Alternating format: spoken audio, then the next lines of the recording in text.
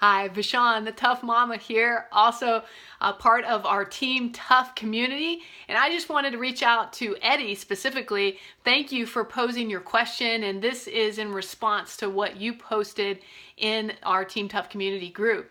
So just in my own words, what Eddie had said was he was wondering, how can you thrive in your life and business and get away from the negative noise and deconstructive type things that are going on around you. So hopefully I said that right, Eddie. But here are my tips for that. I'm just going to give you a few of them that'll hopefully help you out and help somebody else out who's maybe in a similar situation. So this is all about armoring up, suiting up like Iron Man so that you're protected and you're able to focus on your passion without negative things bringing you down and making you feel like you're wasting your time going after your dreams.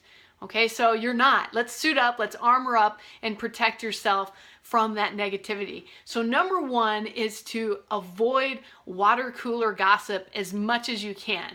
If you don't know what I'm talking about, think about those places that you visit in your life where people congregate and they gossip about other people. They gossip about the news and politics and things like that.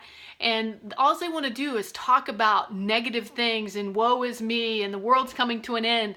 You don't need that kind of negativity and destructive noise in your life. So try to avoid those places or spend as little time as possible in those areas so that you don't even get exposed to that if possible. All right, so that's one. Number two, sometimes those negative influences come from people that you live with. That it might be a spouse, it might be children, parents, aunts, uncles, best friends, whoever it is, but they might say negative things to you that brings you down and makes you feel less because of your ideas and your passions. So, in those cases, it's a little more challenging because they are there with you all the time and it's difficult to get away from them. But the first thing that I would do is I would sit down with them privately one-on-one and say, look, I understand that you're concerned for me and that you don't think that what I'm doing is following a traditional path, if that's true. And then say, I really was hoping for your support in this because this is something that I'm passionate about, that I love, and that brings me joy. And if you can't support me in this, if you really are putting your foot down against that, then I'm not going to share as much of what's going on with me in my life. I'm not going to spend as much time with you because this is so important to me. This is my true passion in life that brings me joy. And so I can't invest time in somebody who's going to put me down.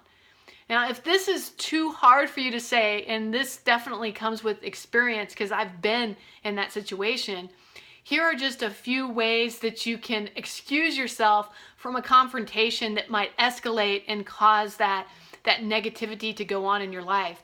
So one thing you can say is, maybe you're right. When somebody's confronting you and telling you how to do things, you might just say, maybe you're right. Of course, in the back of your mind, you're thinking, maybe you're not too, but at least you're giving them the benefit of the doubt.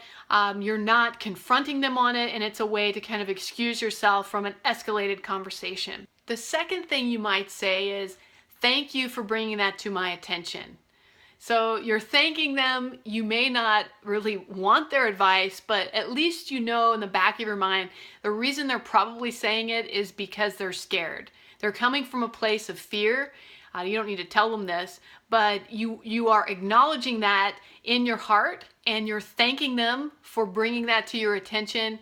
And it's really a way of just releasing the fact that they're giving you information that you may or may not want to hear. And then the third thing, and I wrote these down this time, is let me get back to you on that. If they really are trying to get an answer out of you or they're pressuring you, just say, let me get back to you on that. And they may keep pressuring you and you may eventually have to confront them on it, but it's a way to buy time until you can start showing success and showing that you're producing results in your business and in your life that are positive and are making you happy. So I hope these have given you some tips and ideas to help you when you're experiencing that negativity and destructive noise in your life, and that these will help armor you up so that you can be more successful in leading that positive life. And of course, try to surround yourself with positive people so that you can start to encourage each other and really grow in your life and your business. And that's really what the Team Tough community is all about. So feel free to post comments below, share other things that you'd like me to talk about, and I'll be sure to post videos that might help you out. All right, take care. Again, this is Vishon the Tough Mama, and we'll talk to you soon.